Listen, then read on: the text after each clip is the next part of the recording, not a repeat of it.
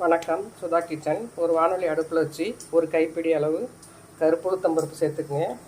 அதை வறுக்கிறதுக்கு கொஞ்சம் எண்ணெய் சேர்த்துக்குங்க. செவரை வறுத்துப்போம்.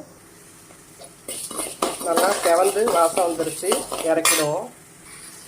அதே வானொலியில் தேவையான அளவு காரத்துக்கு பச்சை மிளகாய் சுத்தம் பண்ணி கீறிட்டு போடுவோம். பச்சை மிளகாய் நல்லா வதங்கிடுச்சு. சுத்தம் பண்ணி எடுத்து வச்ச புதினாவை ஒரு அரை கட்டு இருக்குது, அதை இதில் சேர்த்துப்போம். புதினா சுருளை வெந்துருச்சு, இதில் உப்பு சேர்த்துப்போம். இதுக்கு தேவைக்கு புளி சேர்த்துப்போம்.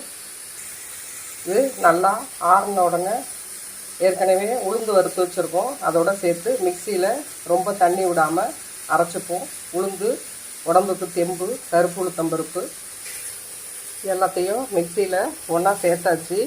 இதோட ஒரு பிஞ்சு இஞ்சியும் தனியாக பூண்டு இருந்தால் சேர்த்துக்குங்க. என்கிட்ட இஞ்சி இல்லாததுனால நான் இஞ்சி பூண்டு பேஸ்ட்டாக அரைச்சி வச்சுருந்தேன், அதை இதில் சேர்த்துக்கிறேன்.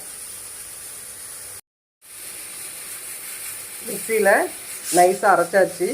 உளுந்து சேர்க்கறதுனால கொஞ்சம் கூடுதலாக அரைப்படும். நல்லா பட்டு மாதிரி நைஸாக அரைச்சிடணும். வானொலி அடுப்பில் வச்சு எண்ணெய் காஞ்சோடனே கடுகு போட்டு பொரிய விடுவோம். கடுகு பொரிஞ்சோடனே கருவேப்பிலை போடுவோம். கொஞ்சம் வாசத்துக்கு பெருங்காயத்தூள் சேர்த்துப்போம். சேர்த்துட்டு நம்ம அரைச்சி வச்ச விழுதை இதில் சேர்த்துப்போம்.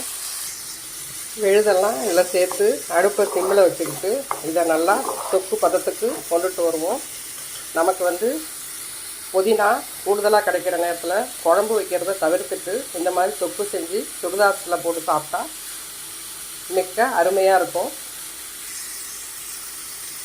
வதக்கும் போது எந்த எண்ணெய் வேணுமாலும் ரீஃபண்ட் ஆயில் ஊற்றி வதக்கிக்குவோம். தாளிக்கும் போது நல்லெண்ணெய் மட்டும் விட்டு தாளிங்க, அப்போ தான் டேஸ்ட் அதிகமாக இருக்கும். குழந்தைங்களுக்கும் இதை மாதிரி கொடுத்து பழக்கம் பண்ணுங்க.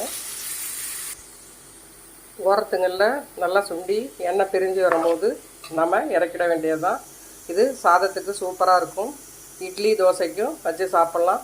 நீங்களும் இதே மாதிரி செஞ்சு பார்த்துட்டு எளிமையான முறையில் சொல்லி தந்திருக்கேன்.